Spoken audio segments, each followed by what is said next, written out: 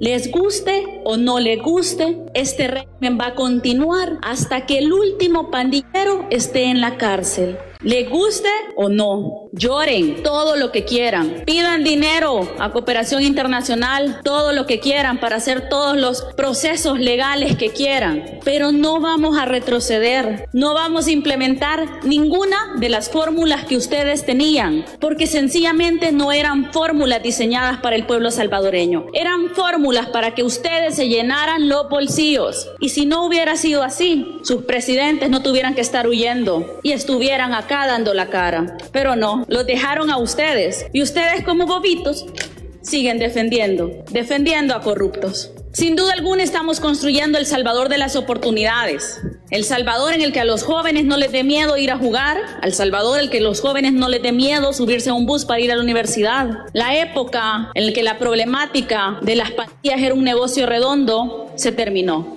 Miren, si es que al final ellos pasan llorando porque no pueden robar, en todos los discursos que han dicho, en cuáles han mencionado el dolor del pueblo salvadoreño, de aquella familia que perdió a su mamá, a su hermano, a su papá, por ejemplo, cuando los pandilleros quemaron los buses. No lo han dicho porque no les interesa. La inseguridad en este país fue un negocio redondo, un negocio que ahí tenían a sus empresarios distribuyendo armas, un negocio que ahí tenían a sus empresarios vendiendo vehículos porque qué miedo andar en bus. Un negocio que ahí tenían a los colegios privados porque si los niños iban a la escuela pues ya ni entraban porque seguramente el pandillero se los llevaba.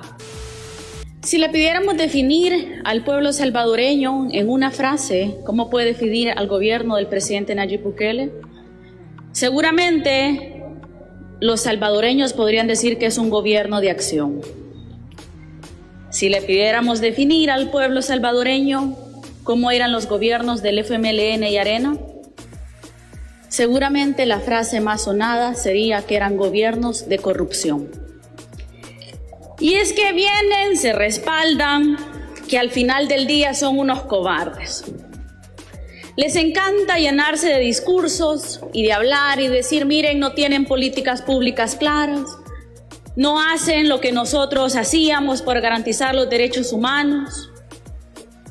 Pero vámonos un poco a los números. Hablemos de su famosa política Plan El Salvador Seguro.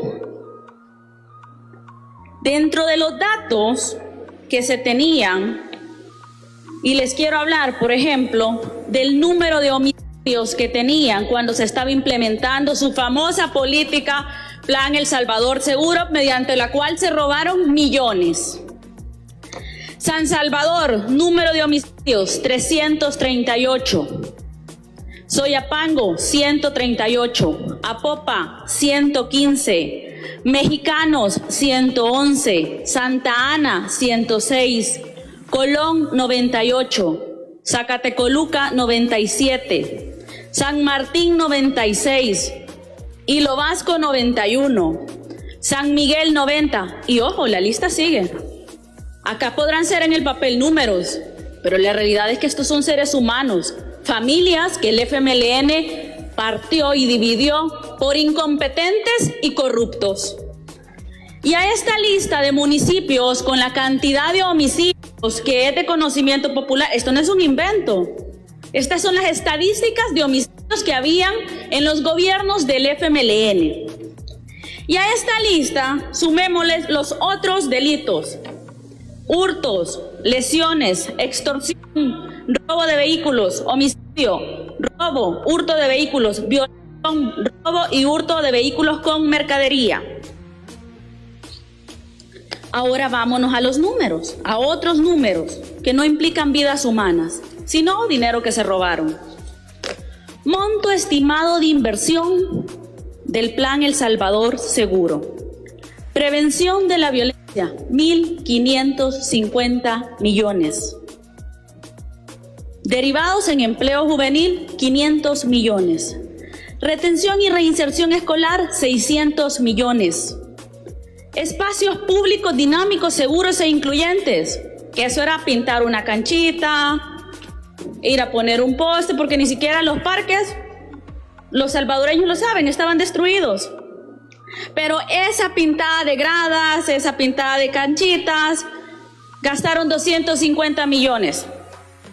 Otras intervenciones, que a saber cuáles eran, quizás intervenciones en sus casas, 200 millones. Control y persecución penal, 155 millones.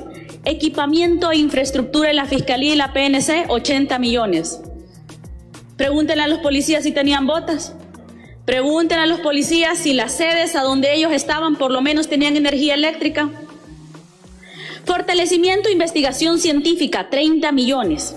Equipamiento para movilidad y comunicación, PNC y Fiscalía, 20 millones. Ni las radios de las patrullas les servían, pero se gastaron 20 millones según los datos. Sistema informático único de investigación criminal, 10 millones. Incremento de tribunales y cámaras especializadas, 10 millones. Aquí está un mecanismo, diputado, de los que ustedes creaban, pero no les servía porque se robaban el dinero. Otras intervenciones, Dios sabe cuáles eran, 5 millones. Rehabilitación y reinserción, 180 millones. Atención y protección a víctimas, 100 millones. Fortalecimiento institucional, ¿quién sabe cuáles instituciones? 95 millones. Funcionamiento y rendición de cuentas, 20 millones. Esta es la política pública del FMLN que ellos consideraban exitosa. Miren, si es que al final ellos pasan llorando porque no pueden robar. En todos los discursos que han dicho, en cuáles han mencionado el dolor del pueblo salvadoreño, de aquella familia que perdió a su mamá, a su hermano, a su papá, por ejemplo, cuando los pandilleros quemaron los buses. No lo han dicho, porque no les interesa. Y ojo, vámonos a las privaciones de libertad. Aguachapán, 92. Santa Ana, 242 privaciones de libertad. Sonsonate, 242. San Salvador, 1043 privaciones de libertad. 1043 salvadoreños fueron privados de la libertad por pandilleros. Pero ojo, a esta gran cantidad de dinero que se robaron, me gustaría agregarles otras porque ni siquiera sus propias leyes podían hacer. ¿Saben cuánto dinero tenía destinado, según la rendición de cuentas del plan El Salvador Seguro para crear leyes? $100,000 al año asignaban para la creación y formulación de leyes. ¿Cuántas leyes hubieron durante el periodo del FMLN Sánchez Serén? 35 iniciativas de ley, según registros de esta Asamblea Legislativa. 35. ¿Fueron capaces de detener a estos 1043 privados de libertad? ¿Fueron capaces? No. Pero ¿saben qué sí fue capaz? Llenar los bolsillos. Y es que miren, la inseguridad en este país fue un negocio redondo. Un negocio que ahí tenían a sus empresarios distribuyendo armas. Un negocio que ahí tenían a sus empresarios vendiendo vehículos porque qué miedo andar en bus. Un negocio que ahí tenían a los colegios privados porque si los niños iban a la escuela pues ya ni entraban porque seguramente el pandillero se los llevaba. Había un negocio por cada espacio de abandono del gobierno porque era más fácil que la problemática pública tuviera una solución privada para ellos.